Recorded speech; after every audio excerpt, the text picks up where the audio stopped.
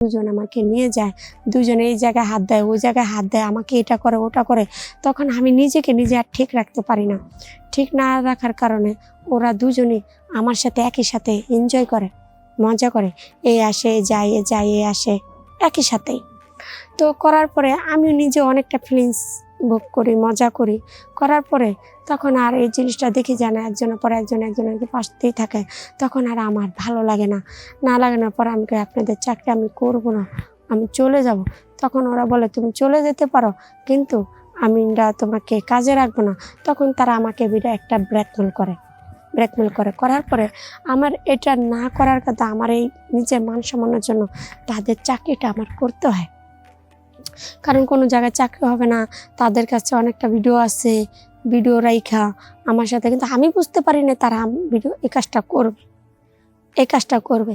তো যাই হোক, বাধ্যতালাম আমার তাদের কাজটা করতে হয় বা তাদের কাজটা করি। তো দেখেন, আপনারা কখনো মায়েদের সরলতার সুযোগ নেবেন না, মেয়েরা বড়ই অসহায়। তারা আপনাকে হঠাৎ করে এই কুপ্রস্তাবটা কেন দিল? আপনি তাদের সাথে যদি ভালো মন্দ কিছু যদি শেয়ার না করতেন? না, দেখেন, আমি বয়সের একটা মেয়ে, তারপর আমার হাজবেন্ড মারা গেছে, আর ওরা মনে করে না একটা লেখাপড়া করে, তারা প্রাপ্তবয়স্ককে বিয়ে করে নাই, কিন্তু তারা যে আমার ভিতরে আমার কাছে এতটা এরকম করবে এটাও তো আমি জানতাম না। কিন্তু যখন ওরা আমাকে জোর করে দুজন নিয়ে গেল, নিয়ে যে ওরা আমার সাথে এরকম করলো, তখনই আমি ওদের সাথে লিপ্ত হয়ে যাই। আসসালামু আলাইকুম রাহমাতুল্লাহি ওয়া বারাকাতুহু। আশা করি প্রিয় ভাই বোনেরা সবাই ভালো আছেন, আমিও আশা করি আপনাদের দ্বারা অনেকটাই ভালো আছি। আমার কিছু জীবনের গল্প নিয়ে আপনাদের কাছে আসলাম, অবশ্যই শুনবেন আমার জীবনের গল্পটা। আমি খুব সাধারণ ঘরের একটা মেয়ে। তো আমার বিয়ে হয়, আমার হাজব্যান্ড মারা যায়। তো মারা যাওয়ার পরে আমার তো কেউ নেই, বাবা মা নেই, কেউ নেই। তখন আমার একটা তো কর্মজীবন দরকার। তখন আমি চাকরি নিতে চাই, আমার চাকরিও হয় না। তা হঠাৎ করে একজন আমাকে বললো যে ছাত্র যারা থাকে তাদের তুমি রান্না বাড়া তাদের কাজকাম করে দিবা। তো আমি তাদের কথায় রাজি হই, যেহেতু কাজকাম হয় না, নিজেরও পেট আছে, চলতে হবে। তো আমি সেই কাজটার ভিতরে যাই। তো বেশ কিছুদিন কাজটা আমার ভালোই চলে, আমি কাজটা করি, তাদের কাম কাজ সব কিছু করতে গেলেই কিছুদিন দেখি এইজন আমাকে ইশারা দেয়, ওইজন আমাকে অন্য ধরে টান দেয়, ওই জায়গায় আমার হাত ধরে টান দেয়, বিষয়টা এরকম। তখন যদি আমি ওদের কথা না শুনি, তারা আমাকে কাজে রাখবে না, কাজ ছেড়ে দেবে। তো এতগুলো ছাত্র যদি আমার কাছে আসে, আমি কিভাবে কি করব? কমের পক্ষে 10-12 জন ছাত্র একজন করেও যদি আসে, 10টা, আমার পক্ষে তো সম্ভবই নাই।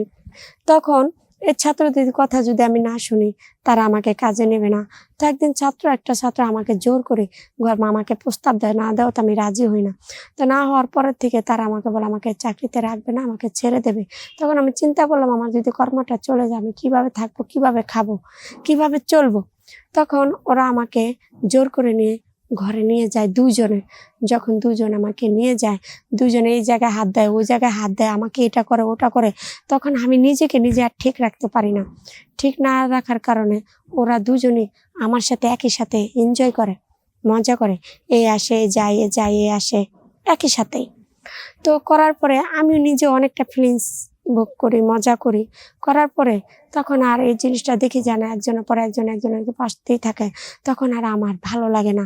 না লাগানোর পর আমি আপনাদের চাকরি আমি করব না, আমি চলে যাব। তখন ওরা বলে তুমি চলে যেতে পারো, কিন্তু আমি তোমাকে কাজে রাখবো না। তখন তারা আমাকে একটা ব্ল্যাকমেল করে করার পরে আমার এটা না করার কথা, আমার এই নিজের মান সম্মানের জন্য তাদের চাকরিটা আমার করতে হয়।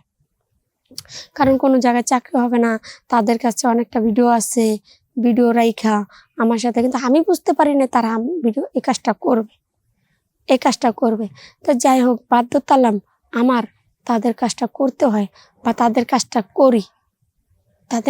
করি।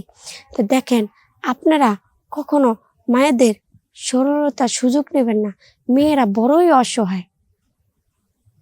তারা ছাত্ররা আপনাকে হঠাৎ করে এই কুপ্রস্তাবটা কেন দিল? আপনি তাদের সাথে যদি ভালো মন্দ কিছু যদি শেয়ার না করতেন?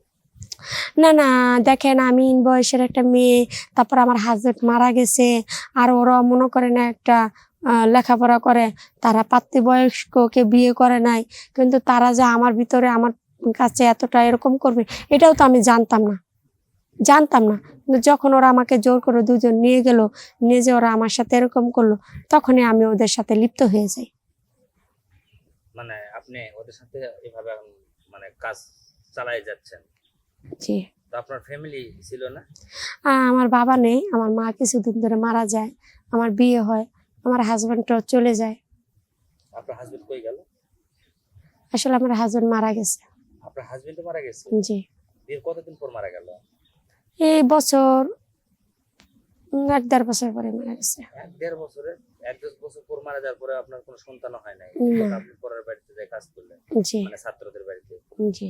তো মানে একা থাকতে আর ভালো লাগে না, এই জন্য আপনি তাদের কথায় রায় দিয়ে না, মনে করেন তার একা থাকা বড় কথা না, আমার একটা কর্ম দরকার ছিল, আমি কর্ম গেছি, কারণ যে জায়গায় যাই সে জায়গায় কোনো কাজ কাম হয় না, যার কারণে নিজের পেট বাঁচানোর জন্য আমি তাদের কাছে চাকরি নেই বা নিয়ে দেয়, কিন্তু পরবর্তীতে এই ঘটনাটা হয় আমার সাথে। তো এখন আপনার কথা শেষের দিকে আপনি কিছু একটু বলেন তাদের। হ্যাঁ, সবাইকে বলবো একটা কথাই, দেখেন মেয়েদের নিজের বলতে কোনো কিছু থাকে না। বাবা, এটা কার বাড়ি, বাবার বাড়ি, এটা কার বাড়ি, মেয়ের বাড়ি, এই বাড়ি সেই বাড়ি, নিজের বলতে কোনো বাড়ি থাকে না। তো সবাইকে বলবো, মেয়েদের সরলতার সুযোগ আপনারা নেবেন না, মেয়েদের সুন্দর একটা জীবন দেওয়ার চেষ্টা করবেন। আপনারাই পারেন মেয়েদের সুন্দর একটা জীবন দিতে, সুন্দর একটা সংসার দিতে। সবাইকে বলবো, যাদের বউ আছে তারা কখনো বউতে অন্য জায়গায় যাবেন না, একটা স্ত্রীকে সুন্দর একটা ভালোবাসা দিয়ে, মহব্বত দিয়ে তাদের জীবনে, আপনাদের জীবনে বুকে জড়ায় রাখবেন, এটাই আপনাদের কাছে প্রত্যাশা। তো দর্শক, আসলে আপু অনেক কষ্টের মধ্যে দিয়ে অনেক কথা বললো, তার জীবনে অনেক কষ্ট, এই কারণে ছাত্রদের কাছে কাছে যায়, সে কাজ করলো, কাজ করার পরে ছাত্রদের অফারে সে রাজি না হলে ছাত্ররাও তাকে নাকি কাজে নেবে না, তো এখন বাধ্যতামূলক সে যায়, সরলতার সুযোগ নিয়ে তারা এই কাজটা করছে। তো আপুর জন্য একটু সবাই আপনারা একটু দয়া করবেন, আর যদি আপুর জন্য যদি দয়া হয় থাকে তাহলে অবশ্যই আপুর এই ভিডিওটি পুরোটা দেখবেন এবং শেয়ার করবেন, সবাই দেখার সুযোগ করে দেবেন। ধন্যবাদ।